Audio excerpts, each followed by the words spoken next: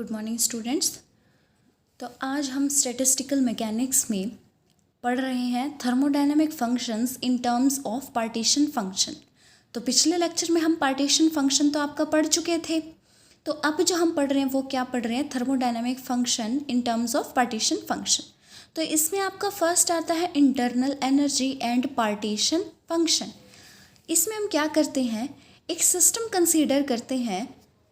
क्या है सिस्टम में, 1 mole of non interacting gas molecules, यानी कि आइडियल गैस भी आप बोल सकते हो, जिसमें कि आपका जो Ni है वो क्या है, आपका नंबर ऑफ मॉलिक्यूल्स। जो आपका यहाँ पर Ei है वो क्या है, मॉलिक्यूल्स जो पोजेस करते हैं एनर्जी किसकी, ग्राउंड स्टेट की। इसके बाद अगर हमने टोटल एनर्जी ऑफ सिस्टम निकालनी है तो वो किस तरह से निकालेंगे, U minus U naught is equal to N naught E naught plus में जितनी भी आपके एनर्जीज आती हैं, नंबर ऑफ मॉलिक्यूल्स आते हैं, दोनों को मल्टीप्लाई करके उन सब का समेशन। यहाँ पर U और U नोट क्या है ये समझो। U is equal to actual energy content of n molecules, यानी U क्या है आपका, एक्चुअल एनर्जी है n मॉलिक्यूल्स की, और U नोट क्या है, energy of system in ground state. तो इन दोनों को अगर हम माइनस करते हैं तो टोटल एनर्जी आ जाती है। तो इसका मतलब क्या है, हम उन मॉलिक्यूल्स की एनर्जी ले रहे हैं जो कि हायर लेवल में प्रेजेंट हैं आपके। हम टोटल में से ग्राउंड स्टेट वाले माइनस कर रहे हैं, तो कौन सी आ जाएंगे, जो कि आपके हायर लेवल पर मॉलिक्यूल प्रेजेंट है। तो यहाँ से इक्वेशन आपके इस तरह से आके समेशन कर दिया आपने इसका, और आपने यू नोट क्या किया, इस साइड लेकर चले गए, तो ये आपकी बन जाती है इक्वेशन नंबर 3। अब हम क्या आगे इस इक्वेशन में करते हैं कि जो आपके यू नोट जो आप ले रहे हो वो चूज़ किया हमने कि वो ज़ीरो है। ज़ीरो होने का मतलब क्या है, यानी आपकी एनर्जी जो है ग्राउंड स्टेट पर सिस्टम की वो क्या है, ज़ीरो है। आपकी ग्राउंड स्टेट पर आपके कोई मॉलिक्यूल एनर्जी पोजेस करता ही नहीं है। तो आपकी इक्वेशन किस तरह से आएगी, U is equal to summation NiEi आपकी आ जाएगी, और ये है इक्वेशन नंबर 4 आपकी। तो यहाँ से अगर मैं बोल्ट्जमैन डिस्ट्रीब्यूशन लॉ को लेती हूँ तो उसकी इक्वेशन आपको पता है ये इस तरह से होती है, आप सबके सब पढ़ चुके हो लेक्चर नंबर 3 में। तो इसके बाद हम यहाँ से क्या कर रहे हैं, आपका जो n है वो इधर भेज रहे हैं Ni को ले रहे हैं। ये जो यहाँ पर Ni है ये वाला, इसके लिए हम क्या कर रहे हैं, बोल्ट्जमैन डिस्ट्रीब्यूशन लॉ का यूज़ कर रहे हैं। तो यहाँ से इक्वेशन कुछ इस तरह से बन जाते हैं आपकी, और ये क्या करनी है, इक्वेशन नंबर 4 में सब्सटीट्यूट करनी है हमने, substituting value of Ni into 4। तो यहाँ से U is equal to n by Q G I E की power minus E I by में के टी। तो ये यहाँ से आपके इक्वेशन नंबर दे दी हमने 7 दे दी है। और अगर मैं बात करती हूँ डेफिनेशन की पार्टीशन फंक्शन की, तो पार्टीशन फंक्शन आपका क्या होता है, पार्टीशन फंक्शन आपका क्या है, probability, sum of probability factors for different energy state. Sum किसका है, प्रोबेबिलिटी फैक्टर्स का डिफरेंट एनर्जी स्टेट्स के लिए। और क्या हो सकता है, the way in which the energy of a system is partitioned among the molecules constituting a system. और ये क्या होती है, आपकी डायमेंशनलेस क्वांटिटी होती है।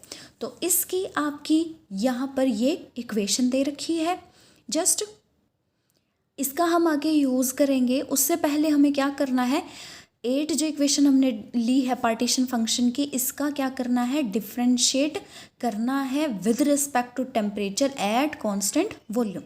तो इस तरह से यहाँ पर ये आपका क्या आ जाता है, आपका डिफ्रेंशिएट करके आ जाता है। तो ये है आपकी इक्वेशन 9। अब हमने क्या किया, जो आपकी इक्वेशन 9 है हमने उसको KT², ये जो ये वाली टर्म है आपकी, इससे क्या कर दिया, मल्टीप्लाई कर दिया। तो इस तरह से ये वाली टर्म आपकी आ जाएगी। अब आपको क्या करना है, ये वाली चीज़ याद रखनी है, इक्वेशन नंबर 7 ये आपको याद रखनी है। तो हम क्या कर रहे हैं, आपकी जो ये वाली इक्वेशन है, ये वाली जो टर्म है, इसकी जगह ये चीज़ पुट करेंगे किस में, यहाँ पर। ये देखो ये वाली टर्म है ना यहाँ पर ये वाली, तो इसकी जगह हम ये वाली चीज़ पुट करेंगे। तो देखो अब आगे इक्वेशन क्या बनती है, तो ये इस तरह से आपकी इक्वेशन बन जाती है पुट करने के बाद।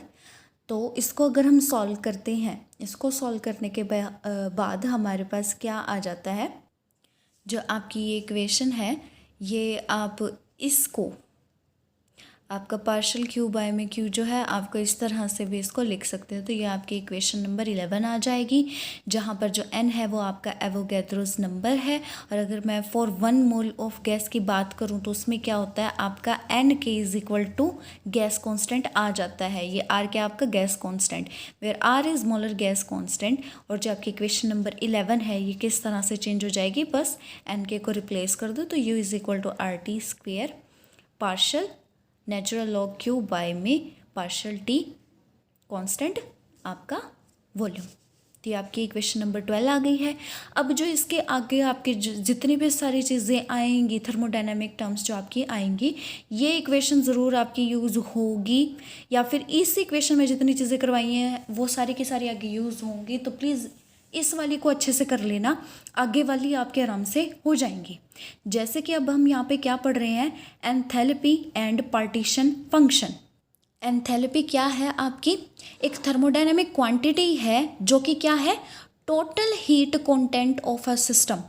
बस इतनी चीज़ याद रखो कि ये क्या है आपका, आपके एक सिस्टम में कितनी हीट कंटेंट है वो आपको बताती है, और वो क्या है, आपकी थर्मोडायनामिक क्वांटिटी है।